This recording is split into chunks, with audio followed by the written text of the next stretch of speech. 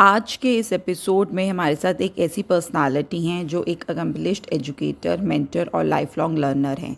16 plus years के experience के साथ उन्होंने ग्लोबली रिकग्नाइज करिकुलर जैसे आईबी और कैम्ब्रिज के साथ काम किया है। इंग्लिश लैंग्वेज और लिटरेचर में उनका स्ट्रॉन्ग एक्सपर्टीज़ है।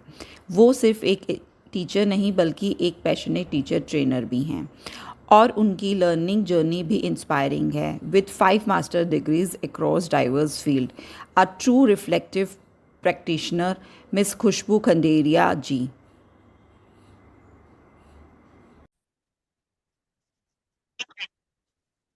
Welcome to the Samarth life. कैसे हैं आप Khushboo ji? Thank you so much. मैं बहुत ही अच्छी हूँ और आई होप कि आप भी you are well and fine. Thank you for having me. Thanks a lot, it's our pleasure. तो Khushboo ji, as we discussed on call that हम लोग लाइफ जर्नीज के बारे में बात करते हैं।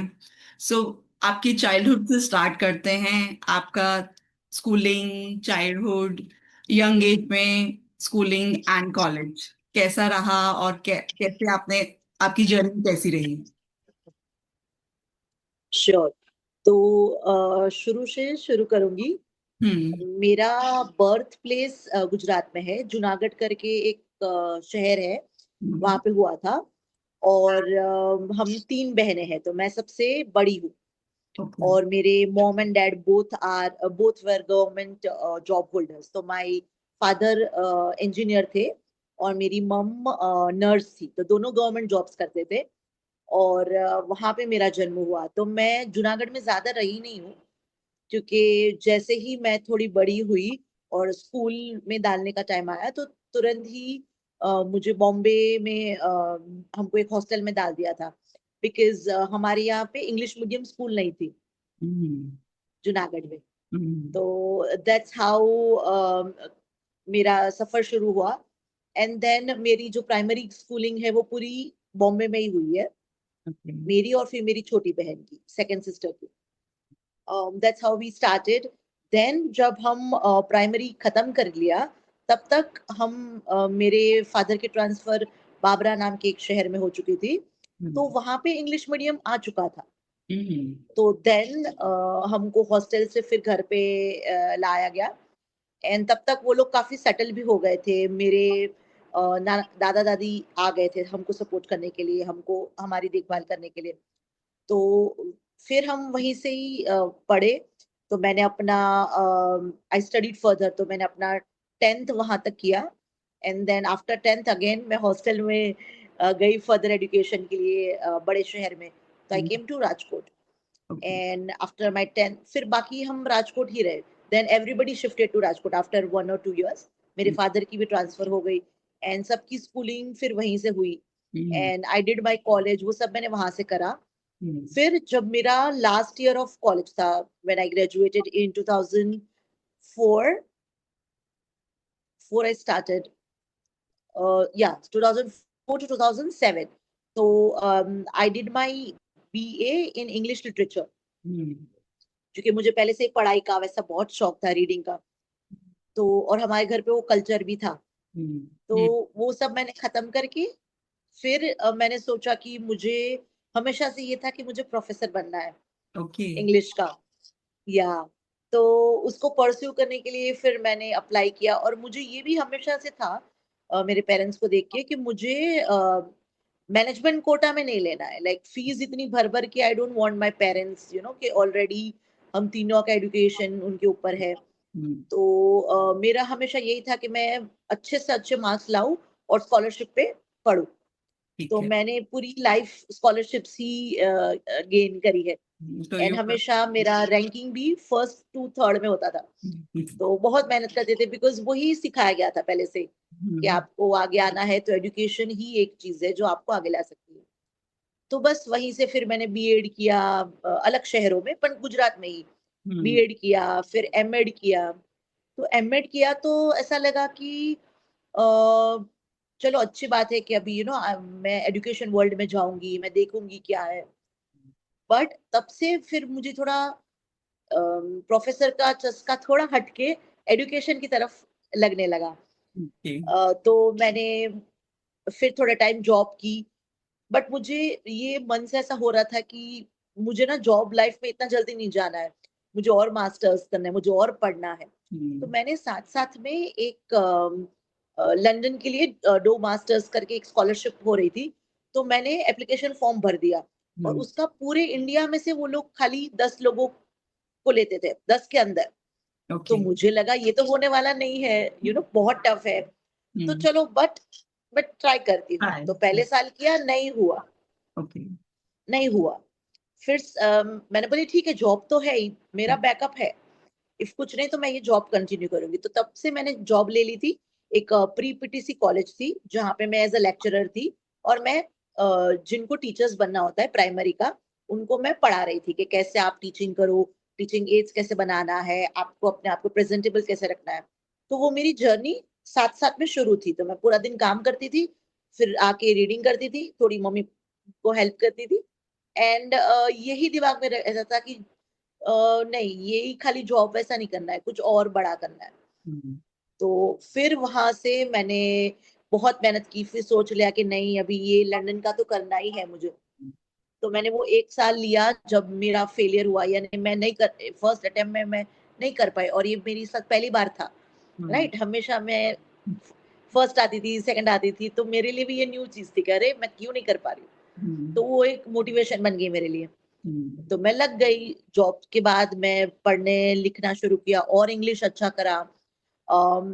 लंदन वैसी जगहों पे वो आपको हमेशा ऐसे राइटिंग के लिए बोलते हैं पहले। तो एक चीज हमको सबमिट करनी होती है, SOP, okay. Which is like a personal letter. और वो आपको 3-4 क्वेश्चंस देते हैं कि आपकी लाइफ में ऐसा क्या हुआ, आपको क्यों ये स्कॉलरशिप चाहिए, क्यों आप सबसे अलग हो। तो जनरली हम सब ये लिखते ना कि नहीं, मैं तो बेस्ट हूँ, मैं तो ये किया वो किया। तो मैंने भी ऐसे लिख के दे दिया था, बट देन आई अंडरस्टूड कि उनका सोचने का तरीका ही एकदम अलग होता है। और वो लोग ये एक्सपेक्ट करते हैं कि तुमने जो पढ़ा है उस पे रिफ्लेक्ट कितना किया है। तो वहां रिफ्लेक्शन को बहुत ही मायने देने में आता है। नाउ इंडिया में कभी भी अपने को रिफ्लेक्शन करना सिखाया ही नहीं है किसी ने, राइट। पढ़ लो, और जो पूछा गया उसको वॉमिट कर दो, but you never reflect, you never sit with the knowledge कि ओ, अब ये पढ़ा। एग्जैक्टली अब जो हमने चीज पढ़ी है उसके ऊपर मैं कैसे उसको अप्लाई करूँ, कैसे मैं अपनी जिंदगी में यूज करूँ। तो फिर मैंने जब वो 1 साल लगाया, फाइनली मेरा हो चुका, उसमें मैंने सब राउंड्स क्लियर कर दिए। तो एसओपी फर्स्ट राउंड था, उसके बाद पर्सनल इंटरव्यू था, फिर ग्रुप डिस्कशंस था, ये सब पड़ाव करते थे। बॉम्बे में हमारा इंटरव्यू था, फाइनल कॉल। तो मैं वहां पे भी गई, and then I cleared all those things, and I was so happy कि आई फाइनली अचीव्ड समथिंग जो इतना रेयर है। यानी पूरे इंडिया से अगर इतने लोग जा रहे हैं तो it's a big thing, right. Fully funded scholarship थी, तो उसमें हमको रहना, खाना पीना, everything they will paying for. I just had to go and study. तो कोई आपको पढ़ने के लिए पैसे दे रहा है, सिर्फ आपका दिमाग यूज करने के लिए पैसे दे रहा है। तो आई वाज ऑन क्लाउड 9 कि चलो अभी लाइफ सेट है। तो वो ऐसा रहा मेरा सफर पढ़ाई का। और फिर वापस आके भी मैंने, लंदन से वापस आके भी मैंने अपने और 2 मास्टर्स ऐड किए, बिकॉज मुझे, एज आई सेड, मुझे पढ़ने का बहुत शौक था हमेशा से, नई नई चीजें जानने का। तो मेरा फिफ्थ जो मास्टर्स है, ऐसे करके मैंने 5 मास्टर्स किए, और एक मेरा पोस्ट ग्रेजुएशन बीएड। तो मुझे अभी भी ऐसा है कि मैं डॉक्टरेट भी करना चाहूंगी, बट मैं कोई स्कॉलरशिप पे ही करूंगी। तो पर उसके लिए मैंने थोड़ा, since I had my daughter, and then मैंने एक सोचा कि अब मैं ब्रेक लेती हूँ because of my daughter. So I wanted कि मैं थोड़ा टाइम लेके, बिकॉज अब तक पूरी पढ़ाई पढ़ाई और जॉब लाइफ थी, राइट। एंड नाउ जब हमने इतना वेट किया था कि like me and my husband we were very sure कि हमको एक ही, like will just have one child, but we will give our best to the child. और अगर तो हम दोनों को लड़की चाहिए थी पहले से। तो अगर हमें लड़की नहीं हुई, then we will adopt a son. This was our, sorry, अगर हमें लड़की नहीं हुई तो हम एक लड़की अडॉप्ट कर लेंगे। तो ये हमारा प्लान था। और वो भी आफ्टर वी विल आराम से have a child after 5 years when we both are settled in careers, as थोड़ा matured है, थोड़ा अच्छे से हमने हमने खुद ट्रैवल किया है, सेविंग्स की है, then only we will bring another life. तो ये सब करके then I thought it was the right time. हमने अगर इतना सोचा है, then I should give time. So I took on a break and मैंने maternity leave को prolong करके I stayed home with her till you know she became a little independent and then फिर मैंने अपना work resume किया. So now I feel like she just turned 10 and अब मुझे लगता है कि this is a good time where I can start thinking about you know अगर मुझे doctorate के लिए या कुछ करना है. So now onwards hopefully my journey will resume. Very nice, so inspiring. And सबसे इम्पोर्टेंट कि आप इतने इंक्लाइंड हो पढ़ाई के लिए, टूवर्ड्स पढ़ाई. Very nice. लाइक ऐसे बच्चे 5 मास्टर्स करनी है, और आपने कौन कौन सी फील्ड में, आपने कौन कौन से सब्जेक्ट्स में करी हैं? एज आई सेड, मैं as a child also I was very curious. जैसे अभी मेरी डॉटर है तो मैं देखती हूँ तो मुझे याद आता है कि मैं भी ऐसी ही थी, इतने ही सवाल, मुझे हर चीज में पढ़ना है. मैं जैसे ही अपना स्कूल से आती थी खुद से होमवर्क कर लेती थी, खुद से ही मुझे फर्स्ट रहना है क्लास में. तो वो आई वॉज सेल्फ मोटिवेटेड, जिसको बोलते हैं ना कि अंदर से ही वो था, वो जुनून था कि नहीं भाई करना है, कुछ प्रूव करना है. तो वो एक मेरा बड़ा मोटिवेशन रहा है मेरी लाइफ में. Of course my parents and environment. अगर तुम बच्चे को वो एनवायरनमेंट देते हो ना कि या अगर मैं घर पे खुद फोन पे हूँ, या मैं आके अरे नहीं अभी नहीं, like the kind of parenting also बहुत इंपॉर्टेंट होती है. तो उसने ही मुझे ऐसा हेल्प किया है, ऐसा मुझे लगता है. कि मेरे पेरेंट्स भी यानी दोनों अपने जॉब से आके भी हमारे साथ बैठ के कैसा दिन गया.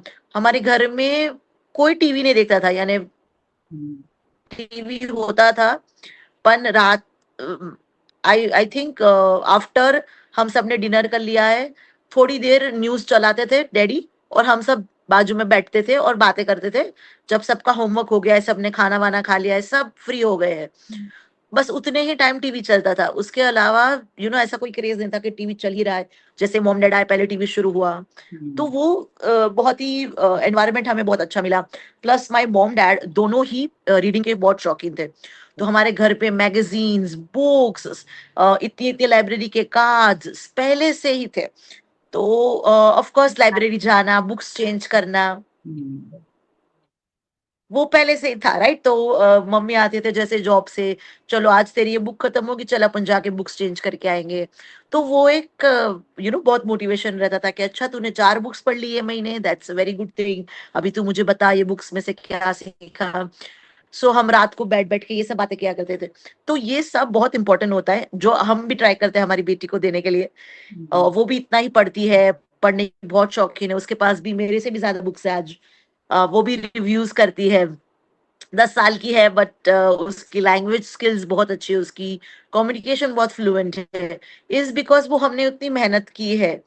एंड सेकंड आपने पूछा कि क्या मैंने मास्टर्स कितने किए और कौन कौन से सब्जेक्ट्स में किए, राइट. तो मास्टर्स मैंने पहला अपना I did my masters in education. तो मैंने एमएड किया, वो मैंने गुजरात से ही किया.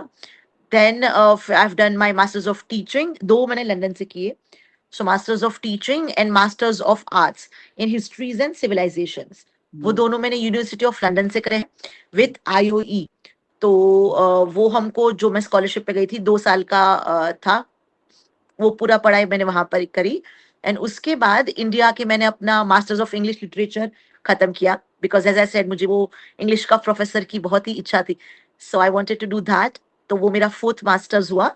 एंड देन 5th मैंने किया, पार्ट 1 हुआ है as I said because of my daughter. वो मैंने किया during when I was pregnant, तभी मेरा चल रहा था वो masters. And that is masters of philosophy and religion. तो मुझे ना बहुत सब डिफरेंट डिफरेंट सिविलाइजेशंस, उनकी हिस्ट्री, डिफरेंट रिलीजन्स, उनकी जो रिचुअल्स है, वो सब में बहुत इंटरेस्ट है पहले से ही. मुझे हिस्ट्री भी बहुत पसंद है. तो जैसे अब हमको घूमने का भी बहुत शौक है. तो हम जब घूमने भी जाते हैं, we always choose a country जो हिस्ट्री में बहुत रिच है। ऐसा नहीं कि कोई सिटी में चले गए जो खाली बड़ी बड़ी बिल्डिंग्स है एंड उसका कोई पास्ट इतना अच्छा नहीं है, ना ही कोई, जैसे अभी रिसेंटली हम वियतनाम ट्रैवल करके आए हैं, तो हमने पूरा व्हेन वी गो देयर हमको उसका लोकल कल्चर देखना होता है कि अच्छा वियतनाम ने इतने सारे कंट्रीज के साथ इतनी लंबी वॉर खेली, तो उसके लोग भी इतने स्ट्रांग है और इतना साफ रखते हैं, उनके वैल्यूज क्या है। तो यही सब चीज हम हमारी डॉटर को भी बताते हैं कि कोई जगह जाना तो खाली ये नहीं देखना कि कितना सुंदर है, फोटो खिंचाना, वो नहीं, उसके बारे में और जानना, उनका कल्चर क्या है, लोकल फूड क्या है। तो वो सब हमें थोड़ा ज्यादा पसंद है। आपको क्या चेंजेस लगे, लाइक आपने इंडिया में भी मास्टर्स करे हैं और लंदन से भी मास्टर्स करे हैं, तो आपको क्या गैप लगा इंडिया में और वहां की मास्टर्स में? हमारे को क्या गैप फिल करना चाहिए, या वहां पे आपको क्या चेंजेस लगे, क्या आपको डिफरेंस लगा? बहुत ही डिफरेंस है, मुझे ऐसा लगता है। But I am talking about 10 years ago, right? I went to London in 2010, okay. and then I came back in 2012, mid 2012. तो आज और तब में of course I am sure अभी और आगे बढ़ गया होगा, एंड इंडियन सिस्टम भी काफी चेंज हुआ है, बट बेसिक सेंस में बहुत ही डिफरेंस है। जैसे कि मैंने आपको एक इम्पोर्टेंट चीज बताई कि वहां पे पर्सनल रिफ्लेक्शन पे बहुत ही जोर दिया जाता है, कि उस पे एम्फोसिस किया जाता है कि आप जो पढ़ रहे हो वो खाली पढ़ के रट्टा नहीं मारना है, आप जो पढ़ रहे हो उसमें से आप क्या समझ रहे हो और वो आप प्रैक्टिस में कैसे उतारते हो। तो जैसे मैंने यहाँ पे बीएड किया, ठीक है, तो बीएड का मैं आपको एग्जांपल देती हूँ कि बीएड में सालों से जो थियोरीज थी वो भी सेम ही पढ़ाई जाती है आज तक। ओके, क्योंकि मैं जाती हूँ ट्रेनिंग्स करने टीचर्स की, तो मुझे मालूम है कि आज भी वो सेम पहले से ही शुरू करेंगे। बट आज तो एआई का जमाना है, आज एवरीथिंग अवेलेबल है गूगल में, आज हमें इतनी इंफॉर्मेशन देने की जरूरत ही नहीं है, राइट? तो वो एक अभी भी सेम चीज में कराया जाता है, और फोकस कंटेंट पे बहुत है कि आपको ये याद रखना है, क्यों याद रखना है, आपकी जिंदगी में क्या काम आने वाला है, वो कोई नहीं देखता है। बस आपको ये याद रखना है, और क्यों, वो भी याद भी कैसे, कि रट्टा मार के, बिकॉज एग्जाम में आने वाला है।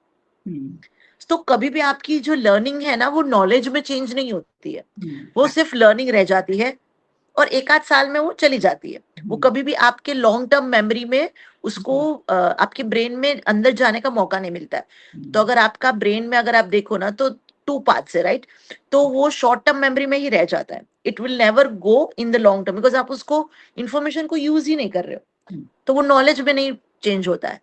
वहां पे क्या है, आपको सेम थियोरी समझ में आनेगी।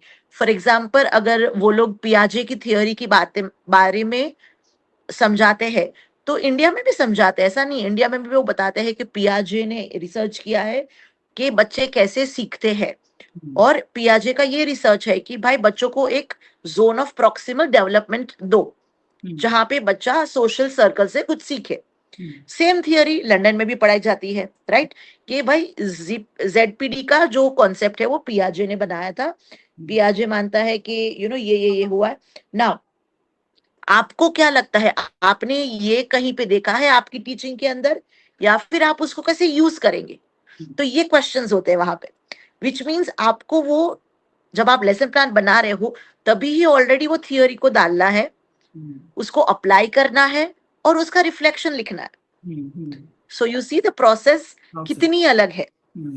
और फिर वो लोग क्या करते हैं, आपका जो मेंटोर होता है वो 1-to-1 आपसे बात करता है। बीएड में क्या है, आपको थियोरी आ गई, आपने मार्क्स ले लिए, आप जाके एक बार बता दो आपने कैसे पढ़ाया है, दैट्स इट। उसमें भी पढ़ाने में भी वो लोग ये नहीं देखते हैं कि आपने ये थियोरी यूज करी कि वो थियोरी यूज करी। जबकि लंदन के मास्टर्स ऑफ टीचिंग में जब आप पढ़ा रहे हो तभी भी आपका मेंटोर ये देखेगा कि आपने कौन सी थियोरीज यूज करी है, आपको ये पॉजिटिव रिप्लाई आया है, नेगेटिव रिप्लाई आया है, और तो ये सब देखा जाता है। तो वो बहुत बड़ा गैप है, राइट? सेकेंड थिंग इज कि उनका ना, ये मैंने बहुत अच्छी चीज नोटिस करी कि जब आप एक हाइपोथेसिस बनाते हो, फॉर एग्जांपल आप कोई भी रिसर्च करते हो, तो आपको बोला जाता है कि ये आप जो कर रहे हो आप कुछ सोच के कर रहे हो, राइट, कि ऐसा रिजल्ट आएगा। तो फॉर एग्जाम्पल मैंने एक रिसर्च किया था कि बच्चों को जब भी इंडिविजुअल काम देने में आता है, उससे बेटर जब आप उनको पैर में या 3 के ग्रुप में काम में देने में आता है, तो वो बेटर अंडरस्टैंडिंग करते हैं। तो अब ये मेरा रिसर्च है, इसके लिए मुझे जाके क्लास में 2-3 बार ये करना पड़ेगा, राइट, एंड देन मुझे उसका फीडबैक मिलेगा। तो इसमें मेरा मेंटोर मेरे प्लानिंग स्टेज से मेरे साथ में है। पहले वो देखेगा कि मैंने लेसन प्लान कैसा बनाया, उसमें मुझे फीडबैक मिलेगा कि नहीं आप ये क्वेश्चंस ऐड करो, आप उनको ये एक्टिविटीज कराओ। तो वहां पे मैंने चेंज किया, फिर न्यू लेसन प्लान में वापस भेजूंगी, वापस मुझे फीडबैक आएगा, फिर मैं जाऊंगी फील्ड में मेरी क्लास में, आई विल इम्प्लीमेंट इट। वो क्लास में खाली ऑब्जर्व करेंगे, वो कुछ बोलेंगे नहीं, बट वो अपना रिफ्लेक्शन लिखेंगे। एंड देन पोस्ट क्लास हमारा एक डिस्कशन होएगा कि आपने क्या रिफ्लेक्ट किया अपनी प्रैक्टिस के ऊपर और उनका क्या रिफ्लेक्शन है, एंड देन हम और क्या बेटर कर सकते हैं फॉर द नेक्स्ट क्लास। तो मुझे लगता है कि ये जो चीजें है ना वो इंडिया में नहीं है, इससे आप बहुत सीखते हो। तो ये एक बहुत बड़ा लर्निंग गैप है। तो स्पेशली इन एजुकेशन हमें कंटेंट से थोड़ा दूर हट जाना है, मेमोराइजेशन से दूर हट जाना है, इंफॉर्मेशन हैवी चीजें नहीं लानी है, हमको प्रैक्टिकल चीजें लानी है कि भाई अगर मैं ये पाइथागोरस का थियोरम रट रही हूँ तो वो मेरी जिंदगी में कहाँ है, कहीं नहीं है, राइट। तो बस वही है। आज भी टीचर्स हमें यही पूछती कि मैम आजकल तो बच्चे भी इतने होशियार हो चुके, तो बच्चे यही पूछते मैम हमको नहीं पढ़ना है ये बीटा थीटा, आप कुछ और बताओ। अब और तो है नहीं टीचर्स के पास, है ना, वहां क्या है आप कुछ और बताएंगे करे बोलेंगे तो आपको कितनी सारी चीजें और न्यू देने में आती है। बट यहाँ अपनी टीचर्स ही इतनी बेचारी इक्विप नहीं होती है, उनको सिलेबस खत्म करो, उनको ये नोट्स चेकिंग करो। Teachers, it's not teachers fault only, उनके ऊपर भी बहुत सारी, हाँ उनके ऊपर भी बहुत सारी प्रॉब्लम्स है, राइट। मैं जब भी ट्रेनिंग्स के लिए जाती हूँ मैं हमेशा यही चीजें बोलती हूँ कि एक टीचर तभी सक्सेसफुल रह पाएंगी और तभी ही उतनी इनोवेटिव रह पाती है जब उसका मैनेजमेंट उसको वो सपोर्ट करता है। बाकी तो उसको कोऑर्डिनेटर बोलेगा कि भाई तू क्लास में जो भी कर रही है वो सब ठीक है, पहले मुझे नोटबुक कितनी चेक हुई है, पहले तूने पेरेंट्स का कितना ईमेल किया है, एडमिशंस कितने लाए। तो वो टीचर क्लास में जाके बैठने ही वाली है, बिकॉज वो इतनी ओवरलोडेड है ना, ओवरलोडेड है। तो वो टीचर का भी प्रॉब्लम नहीं है, ये पूरा सिस्टम का ही प्रॉब्लम है एक्चुअली। सो एज आपने कैम्ब्रिज और आईबी करिकुला में भी इतना वर्क किया है, उसके बारे में थोड़ा सा बताएं।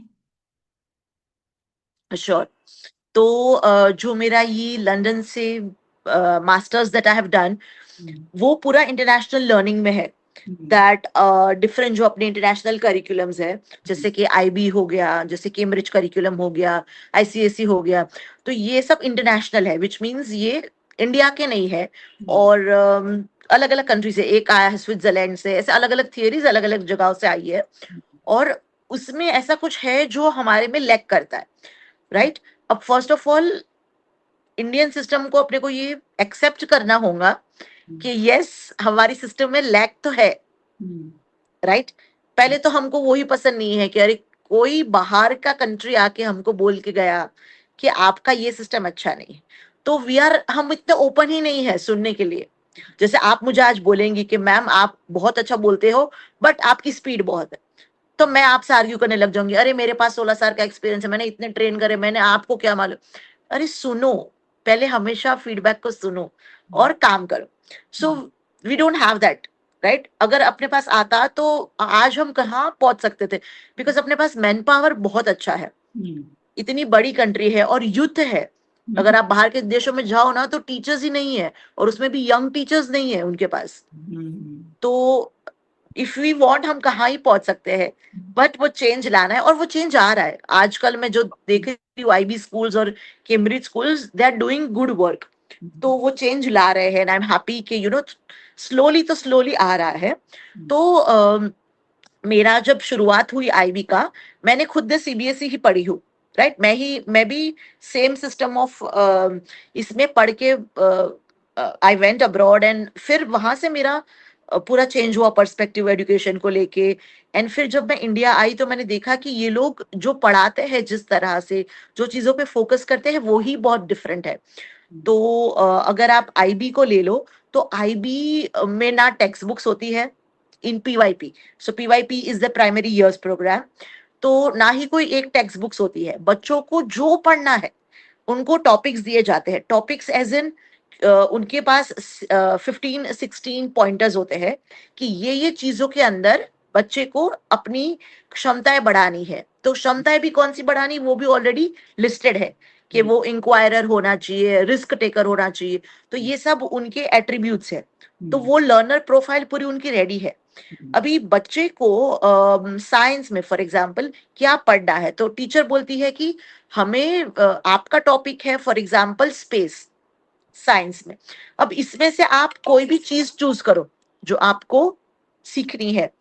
तो बच्चों को खुला मैदान मिलता है कि अरे वाह, मुझे जो इंटरेस्ट है तो मैं वो ही स्पेस में करूंगा।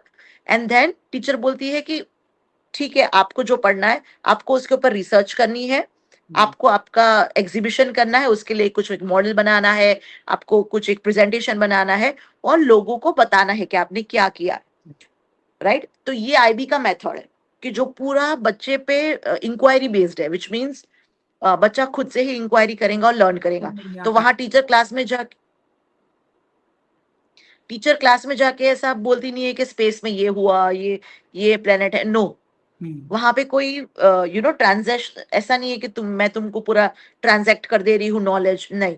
बच्चा खुद से रिसर्च करेगा, खुद से प्रेजेंट करेगा, लर्न करेगा। So that is a inquiry based model जो आईबी फॉलो करता है।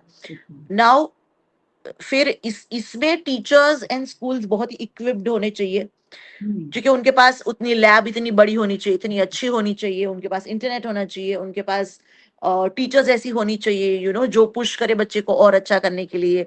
तो ये सब आईबी स्कूल्स में होता है। एंड लाइक मेरी बेटी एक आईबी स्कूल में पढ़ती है, तो आई आई हैव सीन इट कि अगर टीचर अच्छी होती है वहां पे भी सेम चीज है कि वो तो और पुश करती है और बच्चे को और अच्छा करने में हेल्प करती है। तो टीचर का रोल उतना ही है, खाली वहां पे गाइड जितना। कैम्ब्रिज करिकुलम में क्या है, कैम्ब्रिज में बुक्स है, बट उसके जो क्वेश्चंस है वो थोड़े मिड ग्राउंड में है। एकदम आईबी जितने ओपन एंडेड नहीं है और एकदम सीबीएसई जितने इंफॉर्मेशन लोडेड नहीं है। थोड़े सीबीएसई के क्वेश्चंस भी है और थोड़े हाई एंड क्वेश्चंस है। तो कैम्ब्रिज क्या है, वो ऐसा बीच का, पेरेंट्स को लगता है कि थोड़ा बीच का है, क्या बोल सकते हैं उसको, एक ऐसा मीडियम है जो एकदम ओपन एंडेड नहीं है आईबी जैसा, बट सीबीएसई भी नहीं है कि खाली पढ़ के रट्टा मार के आप आगे जा रहे, उससे थोड़ा बेटर है। तो कैम्ब्रिज करिकुलम जो है वो कंटेंट से ज्यादा आप अगेन आपके अप्रोच पे वो करता है, बट वो मानता है कि बुक्स होनी चाहिए, वो मानता है कि कंटेंट भी जरूरी है लेकिन कुछ हद तक। आपको कुछ चीजें तो आपको याद रखनी ही है, तो वो सीबीएसई जैसा उसका थोड़ा अप्रोच है, बट द परसेंटेज ऑफ चीजें वो बहुत कम है। या एंड फिर थोड़ा वो क्रिएटिव वो भी देता है स्टूडेंट्स को कि आप थोड़ा आपके हिसाब से प्रेजेंटेशन करो, ये करो।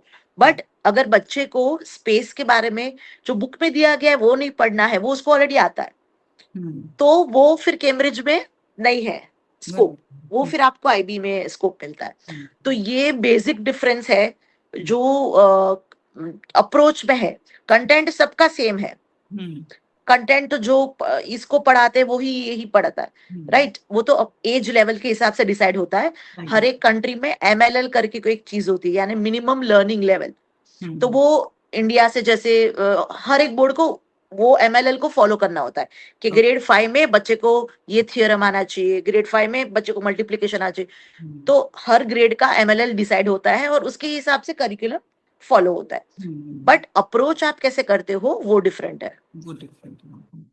तो आपके हिसाब से मेरा एज पेरेंट्स के तरफ से क्वेश्चन है कि हम अगर अपने बच्चे को एडमिशन कराने जा रहे हैं तो हमें उसको कौन सा बोर्ड प्रेफर करना चाहिए उसकी बेटर लर्निंग के लिए। मान लीजिए हमारा आज प्लान है कि हमने अब कल बच्चे को हायर स्टडीज के लिए अब्रॉड भेजना है, एक तो मेरा ये क्वेश्चन है कि तब उसको कौन सा बोर्ड प्रेफर करना चाहिए, और अगर बच्चा हमारा हायर स्टडीज के लिए बाहर नहीं जा रहा है, इंडिया में ही है, तो इनमें क्या डिफरेंसेस हैं, उस हिसाब से हमें चूज करना चाहिए, या कैसे हमें चूज करना चाहिए कि बच्चे की एक ओवरऑल अच्छा डेवलपमेंट बच्चे का हो जाए। राइट, ये आपने बहुत ही इंपॉर्टेंट क्वेश्चन किया है जो बहुत ही पेरेंट्स को होता है। एंड हर टाइम हम जब न्यू एकेडमिक ईयर शुरू होने वाला होता है, हम बहुत सारी पेरेंट काउंसलिंग करते हैं एंड वी टेल देम कि हर बच्चे का ऐसा नहीं है कि हम आपको बोल दे कि ये करिकुलम बेस्ट है और आप ये ले लो। वन साइज फिट्स ऑल नहीं है, हर बच्चे की कैपेसिटी के हिसाब से आपको डालना है। कोई बच्चा आईबी नहीं कर पाता है, because IB as I said पूरा इंक्वायरी खुद से ही करना है, राइट? तो वो और पूरा रिसर्च बेस्ड है, तो that is and it is very या IB में there is no books, not a single book, in only PYP there are no books, no text books. okay। उनको मल्टीपल बुक्स रिफर करनी है, because आप क्या choose करेंगे वो तय नहीं है, राइट? हाँ, तो टेक्स्ट बुक में क्या हो जाता है कि यही फिक्स हो जाता है, और आईबी में ऐसा नहीं है। तो प्राइमरी ईयर्स प्रोग्राम में उनके पास कोई टेक्स्ट बुक नहीं रहती है, उनके पास खाली इंक्वायरीज होती है, टॉपिक्स ऑफ इंक्वायरीज होती है, उसमें से आपको जो पकड़ना है वो आप उसके ऊपर रिसर्च करके आप आगे ले सकते हो। और तो हम पेरेंट्स को यही बोलते हैं कि आप फर्स्ट ऑफ ऑल आपको देखना है कि आपका एम क्या है बच्चे को लेकर, राइट? क्योंकि कई माँ बाप अभी भी वो इंजीनियर, डॉक्टर, यूपीएससी, नीट उसी में ही सेट है, ठीक है? जबकि वो देखते हैं कि रेशियो कितना कम है, जबकि वो देख रहे हैं कि उनकी भी क्या हालत हो रही, बट फिर भी उनका माइंडसेट वही है। तो फिर आप वहां पे ज्यादा मेहनत ना करें, बिकॉज आप you will not be able to change that, right? तो हम पहले ही उनको पूछ लेते हैं कि भाई आपको क्या चाहिए। और देखो, मैं आपको 50 चीजें अच्छी बोलूंगी आईबी के बारे में, ठीक है? क्योंकि मेरा तो ये काम है, this is my work, so I will sell you, I will sell it to you. मैं बोलूंगी ये तो लाइफ चेंजिंग है, बच्चे के लिए बहुत अच्छा होने वाला है, बट आपको बच्चे को बनाना है इंजीनियर, और आपको उसको नीट में पास कराना है, तो उसके लिए then IB is not great for them, right? क्योंकि उनको रट्टा ही मारना है, उनको थिंकिंग की जरूरत वहां है नहीं, राइट? तो आपको क्या चाहिए? तो पेरेंट का फोकस, फिर कोई एजुकेटेड पेरेंट है तो वो आके बोलेगा नहीं नहीं हमें ऐसा कुछ नहीं है कि हमें यही बनाना है वो बनाना है, बच्चे को जो बनना है we are okay. And then आप सेकंड क्वेश्चन आप उनको पूछ सकते हो, ओके बट आपका बजट क्या है? बिकॉज इंटरनेशनल एजुकेशन में आप जैसे ही एंटर करेंगे आपकी फी डबल ट्रिपल हो जाएगी देन सीबीएसई, ठीक है? तो उसके लिए आप रेडी हो, आप financially are you able to afford the international education? अगर वो बोलते हैं हाँ हमें उसमें भी कोई प्रॉब्लम नहीं है, देन थर्ड आप उनसे पूछो कि ओके देन आपको बच्चे को क्या इंटरेस्ट है, what is that one thing जो आपको लगता है कि आपका बच्चा बहुत अच्छा करता है। तो फॉर एग्जाम्पल कई बहुत स्पोर्ट में बहुत अच्छा होता है, कोई आर्ट में बहुत अच्छा है, कोई इसमें अच्छा है। अगर उनको लगता है कि मुझे अब तक मालूम नहीं है कि बच्चा किस में अच्छा है, देन आप सजेस्ट करो कि अगर आप सीबीएसई में से आ रहे हो बैकग्राउंड में से, तो पहले कैम्ब्रिज में जाओ, बिकॉज सडनली अगर हम आईबी में डाल देंगे तो वो एक शॉक हो जाएगा, बच्चा डायरेक्टली नहीं, not everybody can do it, हो जाएगा, उसको समझ ही नहीं आएगा। हाँ, उनका कॉन्फिडेंस लो हो जाता है, वो नहीं कर पाते। तो पहले आप कैम्ब्रिज में डालो, देखो कि बच्चा कैसा रिस्पॉन्ड करता है। अगर वो कैम्ब्रिज में भी एक्सेल कर रहा है और क्रिएटिवली अपना काम कर रहा है, देन आप नेक्स्ट स्टेप आप आईबी का लो। बट इफ यू आपको पूरा यकीन है कि नहीं मेरा बच्चा कर पाएगा, तो मैं बोलती हूँ आप पहले ही से ही जब वो किंडरगार्टन में एंटर होता है तब से ही आप आईबी पे छोड़ दो। और ये आपने जो क्वेश्चन में पूछा था कि क्या उनको अब्रॉड जाना होता है, जिनको जाना होता है, ये एक बहुत बड़ा मिथ है जो हम पेरेंट्स को समझाते हैं। पेरेंट को यही लगता है कि आईबी आने फिर वो इंडिया में तो कुछ नहीं कर सकता है, उनको तो बाहर ही जाना है, but that is not true. आप इंडिया की जितनी भी जॉब्स है, इंडिया की इनफैक्ट कॉम्पिटिटिव एग्जाम्स है वो भी आप क्रैक कर सकते हो. You can become an engineer, you can become a doctor. तो ऐसा नहीं है कि आपको बाहर ही जाना है. बट एज आई सेड कि आईबी की जो थिंकिंग है, जो अप्रोच है लर्निंग को लेके, वो is more suitable to outside universities जो भी ऐसे ही पढ़ाते हैं, राइट? तो और अपने इंडियन यूनिवर्सिटी इतने अच्छे से नहीं पढ़ा सकती अभी तो, हालांकि we have some good ones but not all universities. तो इसके लिए बच्चा प्रेफर करता है कि वो बाहर जाके वो नॉलेज लेके आए इन द सेम मैनर जो वो आईबी में पढ़ता है. बट ये जरूरी नहीं है. बहुत सारे बच्चे इंडिया में ही रहते हैं. बहुत सारे बच्चे हमने देखा है कि जो यहाँ के यूपीएससी एवरीथिंग दे डू, जो नॉर्मल कोई अदर करिकुलम का बच्चा करता है वो ये भी कर ही सकते हैं. सो जैसे कि अब बच्चे ने ये जैसे हम बात कर रहे थे कि अगर बच्चा आईबी बोर्ड से पढ़ता है और अब्रॉड जाता है तो उसको माइट अकॉर्डिंग टू मी कम डिफिकल्टीज फेस करनी होती होंगी वहाँ के करिकुलम और वहाँ के एनवायरनमेंट में कोप अप करने के लिए. और अगर बच्चा दूसरी बोर्ड से पढ़ा है तो उनको क्या डिफिकल्टीज आती हैं, या इज इट राइट? और पहले आप मुझे करेक्ट कीजिए. हाँ नहीं, आपने राइट कहा है. उनको जो आईबी से पढ़ा होता है उनको बहुत इजी ट्रांजिशन होता है, क्योंकि मैंने जैसे आपको बताया कि वहाँ का जो एग्जामिनेशन का, असेसमेंट का जो कल्चर है वो बहुत ही मेमोराइजेशन पे बेस्ड नहीं है. वो रिफ्लेक्शन पे बेस्ड है, वो आपके ऐसे क्वेश्चंस पे बेस्ड है. तो वहाँ पे आपको एसेज लिखने देते हैं, रिसर्च करने को देते हैं. तो अगर आप आईबी में नहीं पढ़े हो and you are not used to this kind of, सोचो आप हम पूरी जिंदगी अगर सीबीएसई में फॉर एग्जाम्पल पढ़े हैं, राइट? तो हमको मैक्सिमम बड़ा से बड़ा जवाब भी एक पेज का ही देना होता है, और वो भी जो हमने पढ़ा है वो ही लिखना होता है, राइट? जैसे कि आपको पूछा गया है कि ये युद्ध हुआ, फॉर एग्जाम्पल पानीपत की लड़ाई हुई तो उसके बारे में लिखिए, या इंग्लिश का एक चैप्टर है उसके बारे में समझाए, तो वो जो आपने पढ़ा है वो ही आपको लिखना है. तो उतनी ही आपने को लिखने की आदत होती है. बट जब आप आईबी में पढ़ते हो तो आपको क्वेश्चन ये पूछा जाता है कि जो पानीपत की लड़ाई हुई थी उसको ब्रीफ में एक्सप्लेन करते हुए आपने उसमें से क्या समझा, आपको क्या ठीक लगता है कि ये दोनों ने ठीक तरीके से लड़ाइयाँ करी, कौन सही था कौन गलत था, वो सब आपके जो रिफ्लेक्शंस है वो आप लिखिए. You see? तो उसके लिए आपको रिसर्च करनी होती है. ऑफ कोर्स आपको मालूम होना चाहिए कि दोनों पक्षों ने क्या किया. अब इंडिया में क्या होता है ना, अपनी टेक्स्ट बुक में ना लिमिटेड इंफॉर्मेशन है, और वो भी एक ही एक जने के ही पर्सपेक्टिव से है. फॉर एग्जाम्पल ये जो पानीपत की लड़ाई हुई तो वो इंडिया इंडिया ने ये वाली सिविलाइजेशन से की, ठीक है, या ये वाले राजा के साथ की. तो हमें सिर्फ वो एक ही जगह का जो हमेशा विनर होता है ना उसी की हिस्ट्री पढ़ाने में आती है. जैसे आज हम पाकिस्तान पाकिस्तान पे इतनी क्यों अपने अंदर वो इतना हेट है, बिकॉज हमेशा वो विनर वाला ही पढ़ाया जाने में आया. बट वो साइड की स्टोरी कोई बोलता नहीं है. और वॉर हमेशा दो जनों के बीच में होती है, दोनों के रीजंस होते हैं, है ना? तो वहां पे क्या होता है कि आपको वो दोनों साइड समझाने में आती है, और फिर आपको बोला, और फिर ये भी नहीं बोला जाता कि ये सही है वो गलत. आपको क्या सही लगता है वो आप लिखिए. तो इतना ब्यूटीफुली, तो तभी ही वो जो आपका पर्सपेक्टिव बिल्डिंग है, जो आपके अंदर ये जब रीजनिंग है, ये जो स्किल डेवलप होती है ना, वो तभी हो पाती है कि आपको वो ऐसे ही पढ़ाया जाता है.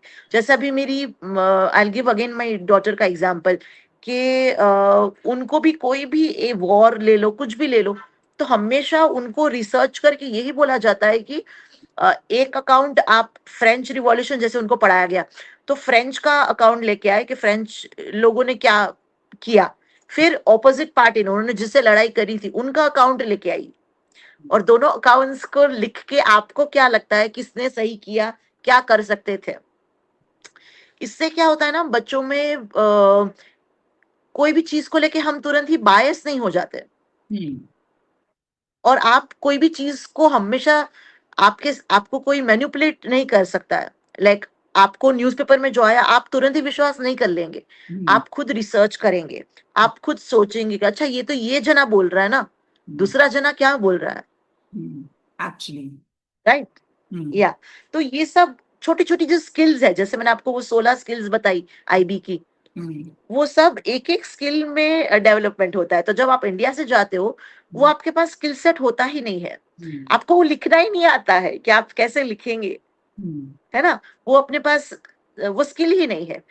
तो इसीलिए बहुत हार्ड हो जाता है बच्चों के लिए एक एक सिस्टम में से दूसरे सिस्टम में जाना।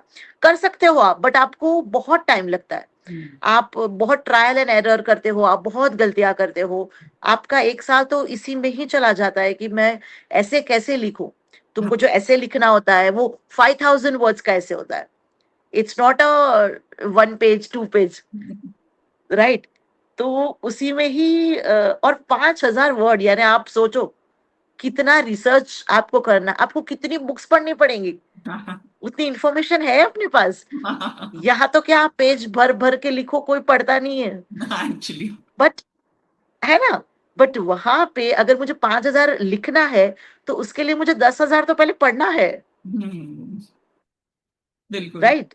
और उनका कोर्स वर्क भी ऐसा ही होता है वहां पे। कॉलेज भी अगर आप देखो, मास्टर्स हमने जब किया, तो वो सब आपके मेंटोर्स ही होते हैं, तो वो आपको बहुत क्लियर बोलते हैं कि अब तक जो आप पढ़ते आ रहे थे, जहाँ पे टीचर आपको आके बोलती थी, ऐसा मास्टर्स में नहीं होता है।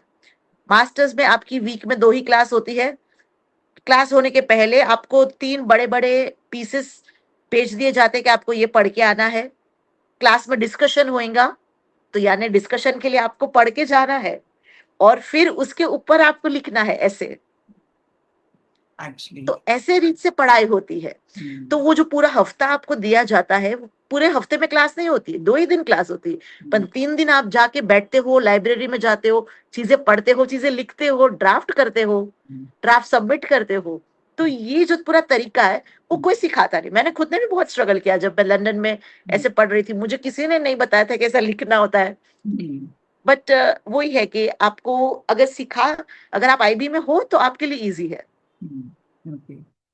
सो एक क्वेश्चन और आता है दैट कि हमारे यहाँ पे बच्चों के ऊपर बहुत बर्डन है, लाइक आपको खूब सारा पढ़ना है। ऑल्दो जैसे हमने डिस्कस किया, टीचर्स के ऊपर भी इक्विवेलेंट बर्डन है, उनको बच्चों को पढ़ाना है, कॉप नोटबुक का वर्क है, चेकिंग का है, स्कूल का other work also they have. So इतने बर्डनड हैं हमारे बच्चे, हमारे टीचर्स, और उसके बाद भी बच्चे आज इतनी प्रॉब्लम्स आ रही हैं कि बच्चे ट्यूशंस के लिए जाते हैं। टीचर्स ऑल्सो सीक कि हमें ट्यूशंस मिल जाएं, एंड बच्चे ऑल्सो कि हम ट्यूशंस चले जाएं। तो ये जो गैप है, ये जो, और पेरेंट्स पेरेंट्स का भी इशू है दैट कि parents are paying more and more in school and tuition as well. तो ये जो चीजें हैं ये ठीक क्यों नहीं हो रही? कहाँ आपको प्रॉब्लम लग रही है कि मतलब बच्चे, पेरेंट्स भी पे कर रहे हैं, teachers are also doing their hard work, kids are burdened, so और फिर भी ये सब की रिक्वायरमेंट भी हो रही है और बढ़ ही रही है। ट्यूशंस की रिक्वायरमेंट बढ़ रही है, ट्यूशंस की पेइंग, अब पेरेंट्स को ट्यूशन में भी पे करना पड़ रहा है। तो इतना सारा जो एक वेब बन गया है, उसको कैसे, आपको क्या लग रहा है कि कहाँ पे मेन इशू है और कैसे उसको सॉल्व किया जा सकता है? हम्म, आपने राइटली वर्ड यूज किया कि ये लिटरल वेब है और एक ऐसी साइकिल है जो पेरेंट और बच्चा बेचारा घूमता ही जा रहा है ये सब के बीच में। स्कूल से आके ट्यूशन में भागो, ने ट्यूशन में होमवर्क करो। तो मैं भी, यानी सी, अगर आप अच्छी स्कूल चूज करेंगे ना, तो फिर आपको ट्यूशन की जरूरत ही नहीं है, राइट। यानी हमने तो कभी ट्यूशन ली ही नहीं है, हमने, आई डोंट नो, आप you look younger to me, but मैंने तो, यानी मेरे 10th बोर्ड में खाली मैथ्स का एक्स्ट्रा लगाया था हमने ट्यूशन, बाकी मैंने तो कभी ट्यूशन नहीं गई हूँ। ना मेरी बेटी को मैं भेजती हूँ, नहीं, आप जब बिकॉज मैं एक्चुअल स्कूल में। केस हो गए ना, इन जनरल हम बात कर रहे हैं। हाँ, तो अगर आप इन जनरल भी, अगर आप एक अच्छी स्कूल में भेजते हो, तो आप उसी बात के तो पैसे पे कर रहे हो, बट देर इज अ है ना। रिक्वायरमेंट। तो वही है कि होनी नहीं चाहिए।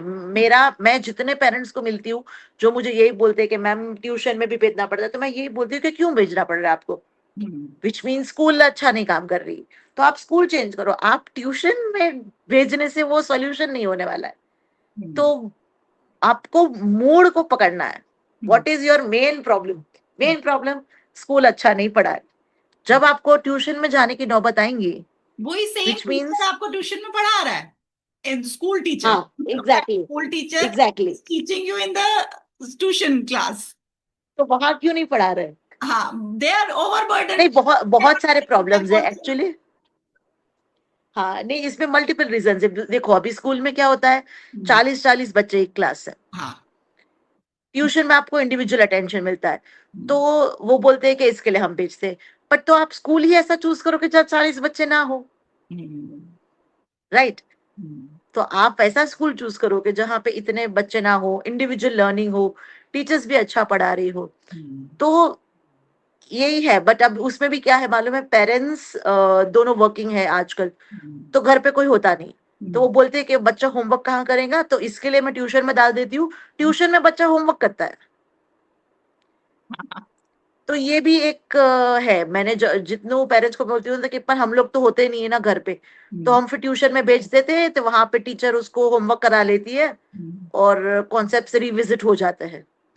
तो ये नीड अभी पेरेंट्स की भी है, बिकॉज पेरेंट्स को भी चाहिए कि बच्चा घर पे आके स्क्रीन पे ना रहे, और उनको भी वापस भेज देना है कि चलो स्कूल हो गया, अभी ट्यूशन जाओ। अगर आपको, हाँ, तो वो दोनों तरीके से है, right? It's a both problem.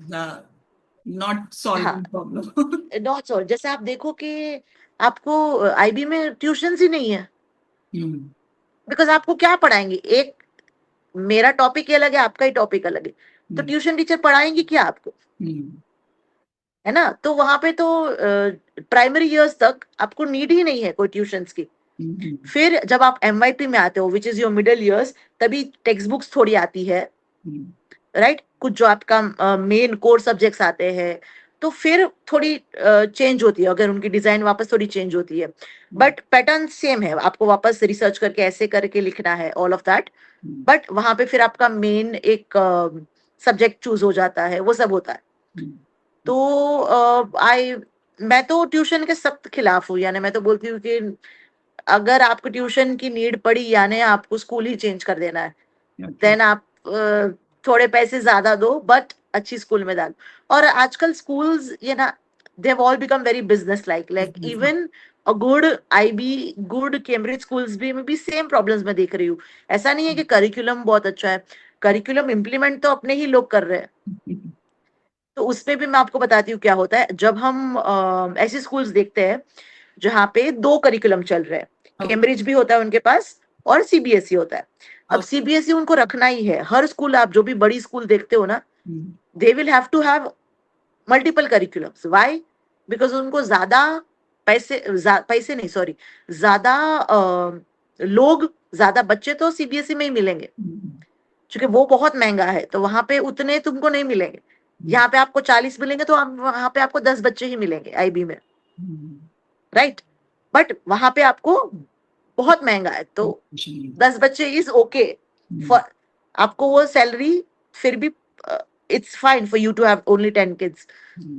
अब यहाँ पे भी वो लोग क्या करते हैं कि they see the school people, the management specially, same teachers को वो सीबीएसई भी पढ़ा रही है, आईबी भी पढ़ा रही है। तो यहाँ पे हम जो उनको ये सिखाते हैं कि आप अगर ऐसा करेंगे ना, तो क्या होगा, जो टीचर जो एक्स्ट्रा मेहनत करती थी कैम्ब्रिज पढ़ाने में, वो सीबीएसई जैसा ही कैम्ब्रिज में पढ़ाएंगी, सेम लेवल हो जाएगा। तो करिकुलम भले अच्छा है, बट वापस टीचर तो आपकी वही है, पढ़ा तो यही, कुछ और एक्स्ट्रा अच्छे से नहीं दे रहे हैं, कुछ क्रिएटिविटी नहीं ला रही है। तो कैम्ब्रिज में पढ़ते हुए भी बच्चा सीबीएसई जैसा ही सीख रहा है, तो उसको ट्यूशन की जरूरत पड़ने वाली है, राइट? तो अब ये भी प्रॉब्लम्स है। तो स्कूल एंड से तो बहुत सारे ऐसे प्रॉब्लम्स है कि उनके पास और स्पेशली अगर आप स्कूल्स में आप जॉब करो ना, तो डे टू डे आप देखो, इतने उनको सिलेबस तो बहुत छोटा प्रॉब्लम है हमारे लिए। टीचर्स आजकल आ ही नहीं रही है, nobody wants to become a teacher. Okay. जो आ रही है वो भी एक साल में वो भाग के दूसरी स्कूल चेंज कर लेती है, they don't want to stay. Substitution होता नहीं है, एवरी डे कोई ना कोई टीचर लीव पे होती है, आप लीव के लिए मना ही नहीं कर सकते हो। इतने मैनेजरियल प्रॉब्लम्स है, क्योंकि हम स्कूल को डे टू डे देखते हैं तो वी अंडरस्टैंड कि देर आर मल्टीपल प्रॉब्लम्स, ये ना सिस्टम प्रॉब्लम हो गई है। तो अब हमें, मुझे ऐसा देख के कभी कभी लगता है कि इसका कोई तोड़ ही नहीं है। ये पूरा एक साइकिल जैसा चलता ही जा रहा है, एंड एवरी ईयर वो ही बस भाव बढ़ते जा रहे हैं। बुक्स इतनी महंगी होती जा रही है, ट्यूशन के प्राइस बढ़ गए हैं, फिर भी रिजल्ट्स तो वही आ रहे हैं जो आ रहे थे। तो I don't know, there is, या जैसे, टेल मी। हाँ, जैसे आपने बताया कि आईबी, कैम्ब्रिज, ये जो हमारे यहाँ पे बोर्ड अवेलेबल हैं इंडिया में, बट मेरा, जैसे हमने डिस्कस किया उसके अकॉर्डिंग ये एक क्वेश्चन है कि टीचर्स हमारी इतनी ट्रेंड हैं according to their curriculum and their requirements, कि वही, कि हम वही पढ़ रहे हैं उन टीचर्स से। वही है कि टीचर्स का बहुत बड़ा इश्यू है। टीचर्स है ही नहीं अपने इंडिया में, और आ ही नहीं रही है, कोई किसी को टीचर्स बनना नहीं है। एंड जो ट्रेन होके आती है वो भी सिस्टम से बाहर निकल जाती है एक आधी ईयर में, शादी हो गई, बच्चा हो गया, क्योंकि this is a very female dominated profession. यहाँ पे मेल बहुत कम होते हैं और बहुत कम प्रिफर भी करते हैं। सो पेरेंट्स भी कंफर्टेबल नहीं है अगर कोई मेल टीचर है, तो खाली स्पोर्ट्स के लिए ही हम मेल टीचर रखते हैं। उसमें भी कई सारी स्कूल्स अभी तो स्पोर्ट्स के लिए भी फीमेल आपको अवेलेबल है, फीमेल स्पोर्ट्स पर्सन। तो वो बोलती है कि हमें we want a female, and अगर पेरेंट्स का इतना दबाव होता है तो management, how it is, right? Yes. तो या because of all of this, teachers का क्या है कि उनको ट्रेन करके सस्टेन करना is the task. And as you rightly said कि ये तो होता ही है कि इवन आईबी स्कूल्स में भी मैं देखती हूँ कि टीचर्स नहीं कर पाते हैं, तो वो स्कूल्स अल्टीमेटली वो आपकी स्कूल सिलेक्शन पे ही पड़ जाता है कि आपने कैसी स्कूल सिलेक्ट करी है, क्या उसके पास इनफ टीचर्स है। फॉर एग्जांपल, मैं अगर मेरी बेटी की स्कूल की बात करूं तो उनके पास 2 टीचर्स सिर्फ प्रॉक्सी टीचर्स, असिस्टेंट टीचर्स है। तो क्योंकि कोई ना कोई तो लीव पे होता ही है, राइट? तो लोग क्या करते हैं, वो लाइब्रेरियन की क्लास लगा देंगे, या सेकंड आर्ट एंड क्लास वालों की क्लास लगा देंगे, या second language teacher, third language teacher, तो ये सबको एक्स्ट्रा क्लासेस दे देंगे। बट अगर आप थोड़ा और पैसा डाल के 2 टीचर्स रखो extra, this will make your life easier, and believe you me, बहुत सारा स्ट्रेस कम हो जाता है। टीचर्स को भी लगता है कि हम आराम से लीव ले सकते हैं, वी कैन डू वर्क। और वो जो असिस्टेंट टीचर्स है वो भी लर्न करती है, 1-2 साल में आप उसको मेन टीचर्स बना सकते हो। तो ये थोड़ी थोड़ी स्कूल्स कर रही है, but this is again not happening because again management को हर एक पैसा बचाना है, टीचर्स की सैलरी ऑलरेडी इतनी कम होती है। तो this only happens in very good schools, but otherwise तो ये एक्सप्लॉयटेशन ही हो रहा है टीचर्स के ऊपर। तो टीचर्स भी क्यों रुकेंगी, और क्यों ही अपग्रेड करेंगी, और क्यों ही न्यू न्यू टीचिंग मेथड करेंगी, जबकि उनको मिलना तो उतना ही है। बिल्कुल बिल्कुल। कोई इंसेंटिव्स नहीं है उनके पास कुछ और नया करने का, कुछ ट्रेन करके न्यू इम्प्लीमेंट करने का। अगर कुछ और इंसेंटिव मिलता है, जैसे कई स्कूल में एडमिशन के लिए इंसेंटिव देते हैं कि आप एक एडमिशन लाएंगे तो इतना आपको 1,000 रुपीज या what ever they give the incentive के एडमिशन के ऊपर देते हैं। बट सेम चीज आप क्रिएटिविटी के ऊपर क्यों नहीं देते, सेम चीज आप इस चीज पे क्यों नहीं देते कि आपने, और आप इतने अच्छे से पढ़ाते हो, या आप ये करेंगे तो भी आपको देने में आएगा। कि आपने बहुत अच्छे से एक्सप्लेन किया। अब मैं एक चीज पूछना चाहती हूँ कि आईबी और कैम्ब्रिज, इनमें भी 10th और 12th में बोर्ड होता है, बोर्ड एग्जाम्स होते और बोर्ड हम नहीं बोलते हैं उसको, बट हाँ होता है, यानी बोर्ड नहीं होता है, स्कूल में ही सब चीजें होती है। हैं? और या बोर्ड्स नहीं बोल सकते हम, इसमें होता है, कैम्ब्रिज बोर्ड में होता है, 9th ग्रेड IGCSE जो इयर्स है आपके 9th एंड 10th दोनों साल होते हैं हमारे कैम्ब्रिज में, एक साल 10th का, एक साल नहीं होता है, 9th और 10th, तो वो दोनों इम्पोर्टेंट इयर्स है। बट अगेन बोर्ड नहीं बोल सकते, उसमें नॉर्मल चीजें ही होती है, आपको स्कूल में ही एग्जाम्स देनी है, स्कूल में ही सब होता है। और IB में MYP 10 जो है आपका, वो है आपका 10th का बोर्ड, उसका इक्विवेलेंट। तो उसमें आपको आपका जो फाइनल रिसर्च पेपर होता है, जो आपका प्रेजेंटेशन फाइनल होता है, उसके ऊपर आपको ग्रेड्स मिलते हैं, तो वो सब स्कूल में ही होता है। तो अगेन इट्स नॉट अ कि आपको कहीं और जाके एग्जाम देनी है, या उतना प्रेशर भी नहीं होता है, तो वो सब चीजें नहीं होती IB में। कैम्ब्रिज में थोड़ा बहुत, बट स्कूल के अंदर ही। और जैसे आप टीचर ट्रेनिंग भी बहुत अच्छे से, you love to train teachers, तो उसमें आप क्या ट्रेन करते हो, मतलब कैसे टीचर्स को, मतलब are they not sufficient with their education, there is a requirement of training also? Absolutely. तो अब ट्रेनिंग ना बहुत सारे अलग अलग चीजों की होती है। फर्स्ट ऑफ ऑल तो जो जो लॉट आ रहा है ना, एज आई सेड, किसी को टीचर बनना नहीं है, तो हार्डली आपको 1% टीचर्स मिलेंगे जिन्होंने BEd किया हुआ है, बाकी सब फ्रेशर्स है, या सब खाली ग्रेजुएट, या वैसे है। तो पहले तो वो ट्रेन होके ही नहीं आते, तो उनको मालूम ही नहीं है कि how to teach, what to do. अगर वो सिस्टम में कुछ सालों से है और उनको मालूम भी है, तो भी there are a lot of things जो न्यू न्यू होती है, तो वो आपको रिफ्रेश कराते रहनी पड़ती है। एंड प्लस हम पेडागोजी पे बहुत सारी चीजें देते हैं उनको। तो पेडागोजी इज लाइक कि आपको, आप किस तरह से पढ़ा सकते हो न्यू, तो कौन सी एक्टिविटीज आप करा सकते हो। तो हम क्या करते हैं, एवरी ईयर हम उनको न्यू न्यू एक्टिविटीज सिखाते हैं पहले, फिर उनके साथ बैठ के करवाते हैं ट्रेनिंग्स में। फॉर एग्जाम्पल हम एक स्कूल में गए, तो हम पहले उनको बेसिक सिखाते हैं कि चलो ये आपने जो पढ़ाया उसके बारे में आप थोड़ी और इन्फॉर्मेशन पहले कैसे लेंगे, तो वो सब हम पहले उनको ट्रेन करेंगे, 1-2 दिन थोड़ी थियरीज ट्रेन करेंगे, कैसे क्वेश्चंस बना सकते हो आप, कौन सी साइट यूज कर सकते हो आप, ये सब थोड़ा ट्रेन करेंगे।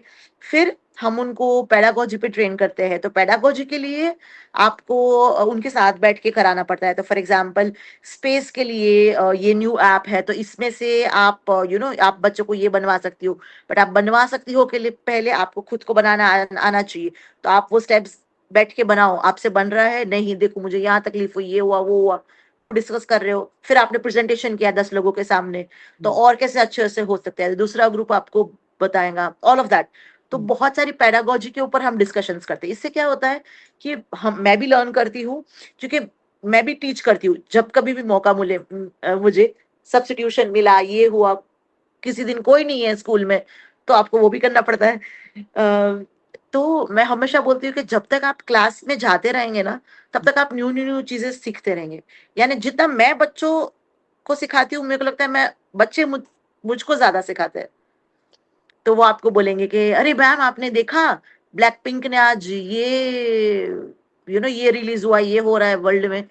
तो फिर हम क्या करते हैं, अगर हम वॉर की बात कर रहे हैं या इंग्लिश में टेंस की बात कर रहे हैं, तो मैं उनसे वो एक रैप बनवाने लगाती हूँ ब्लैक पिंक की धुन में।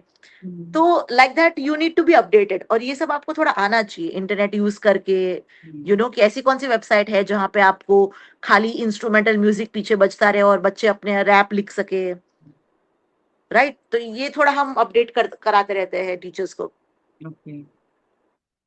सो आपको क्या लगता है दैट कि आजकल के टाइम पे एजुकेशन इज नॉट सफिशिएंट, हमें स्किल्ड भी होना चाहिए? वेरी वेरी स्किल्ड होना चाहिए।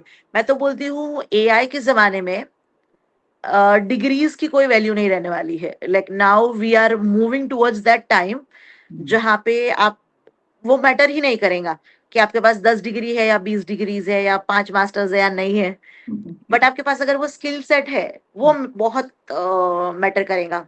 आप देख रहे हो आज 15-15, 20-20 साल के कंटेंट क्रिएटर्स है, वो पूरे महीने में हम जो कमाते हैं वो एक दिन में कमा ले रहे हैं, right, because of their skill sets, because उन्होंने।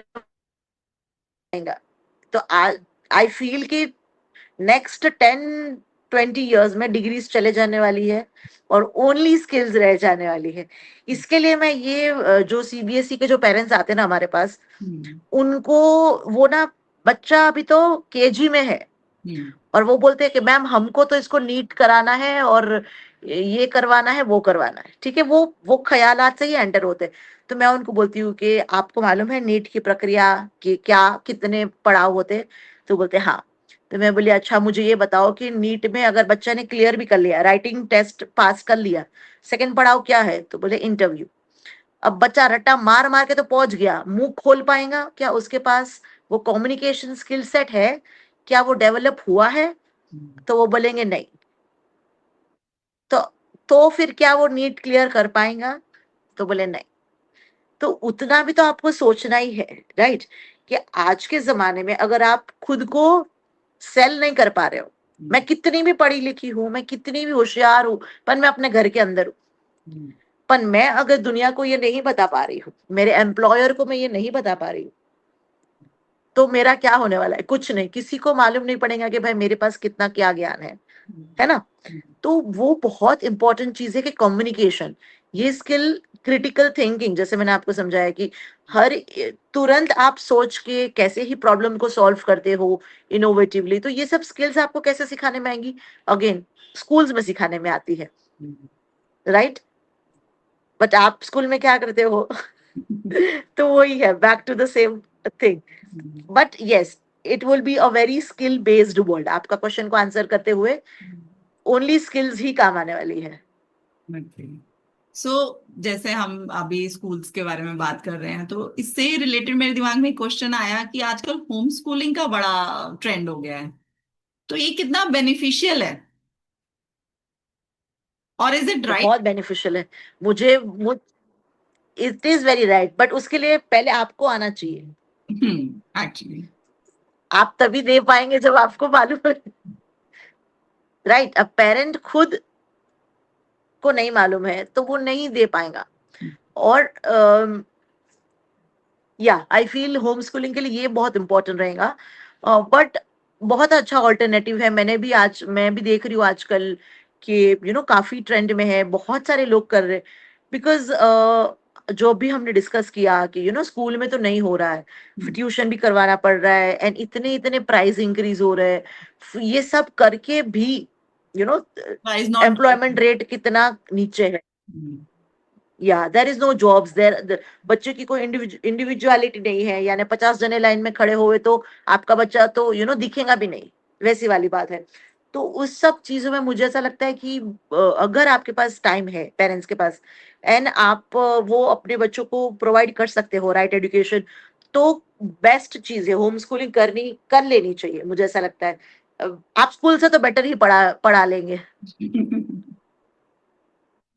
बिल्कुल। एक चीज और मेरे दिमाग में, सो मच, आपने इतने अच्छे से अपनी लाइफ जर्नी फर्स्टली एक्सप्लेन करी कि इतना अच्छा आपको एनवायरनमेंट अपने पेरेंट्स से, अपने कल्चर में मिला है, और वो आपका एक इनवाइब्ड हो गया अपने अंदर, और आपको एक मतलब इंटरेस्ट खुद से डेवलप हुआ पढ़ने के लिए, which is very nice. I really appreciate your parents as well, like उन्होंने आपके ऊपर इतना वर्क किया।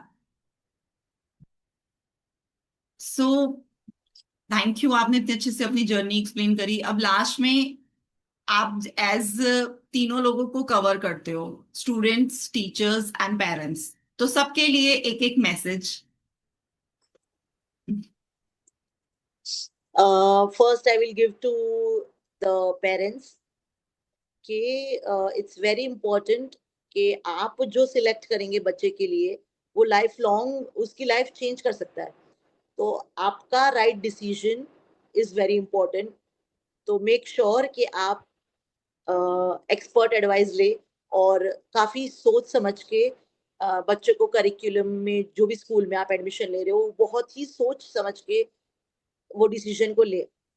फॉर टीचर्स मैं यही कहना चाहूंगी कि आई अंडरस्टैंड कि आपके ऊपर बहुत काम है, बहुत एक्सपेक्टेशंस है, बट वो बच्चे के लिए, वो when they look up to you, उनको, वो आपको वो याद रखेंगे पूरी जिंदगी कि मेरी टीचर ने ये कहा था मेरे लिए कि मैं इतना अलग हूँ मेरी क्लास से, या मेरे में ये बहुत स्पेशल है। तो मेक श्योर जब भी वो आपके बारे में सोचे वो एकदम पॉजिटिव चीजें आपके बारे में लेके जाए। तो भले ही आप एक्स्ट्रा कुछ ना दे पाए, बट हमेशा क्लास में एक बड़ी सी स्माइल के साथ एंटर करो और एकदम पॉजिटिव एनवायरनमेंट दो आपके बच्चों को। एंड लास्टली फॉर किड्स मैं यही बोलना चाहूंगी कि इंफॉर्मेशन के पीछे मत भागो। आई नो बहुत सारी इंफॉर्मेशन आज अवेलेबल है, बट आपकी स्किल्स पे काम करो। बिकॉज डिग्रीज ये सब तो कोई याद नहीं रखेगा 10 साल बाद 20 साल बाद कि आपके पास क्या डिग्रीज है और आपका फर्स्ट नंबर आया था या आप फेल हुए थे। बट डेफिनेटली हम ये याद रखेंगे कि आपका कौन सा स्किल सेट है जो आप आगे लेके जा रहे हो, आपके क्या वैल्यूज है, आप अपने आप को कैसे कंडक्ट करते हो, आप आपकी सोसाइटी की तरफ कैसे हो। तो ये सब चीजें ही एंड में आपको यूनिक बनाएंगी दूसरों से। थैंक यू सो मच, आपने बहुत अच्छे से सारी चीजें एक्सप्लेन करी, हमें इतने अच्छे इंसाइट्स दिए। Thanks a lot. होपफुली हम एक और पॉडकास्ट रिकॉर्ड करेंगे आपके साथ और नॉलेज लेंगे आपसे। Thanks a lot. डेफिनेटली मुझे भी बहुत मजा आया और इतनी हमने बातें करी। मुझे भी आई लुक फॉरवर्ड कि जब भी मैं किसी से कॉन्वर्सेशन कर रही हूँ आप भी कितने ईगरली मुझे क्वेश्चंस पूछते हो, तो उससे मुझे भी जवाब देने में बहुत मजा आता है कि चलो किसी को ये भी जानना है ये भी जानना है। तो I also really enjoyed myself. Thank you for having me. Thanks a lot. And the sum of life की ऑडियंस को भी थैंक्स अलॉट। अगर आपको ये एपिसोड अच्छा लगा तो प्लीज लाइक शेयर और सब्सक्राइब जरूर कीजिएगा। Thanks a lot.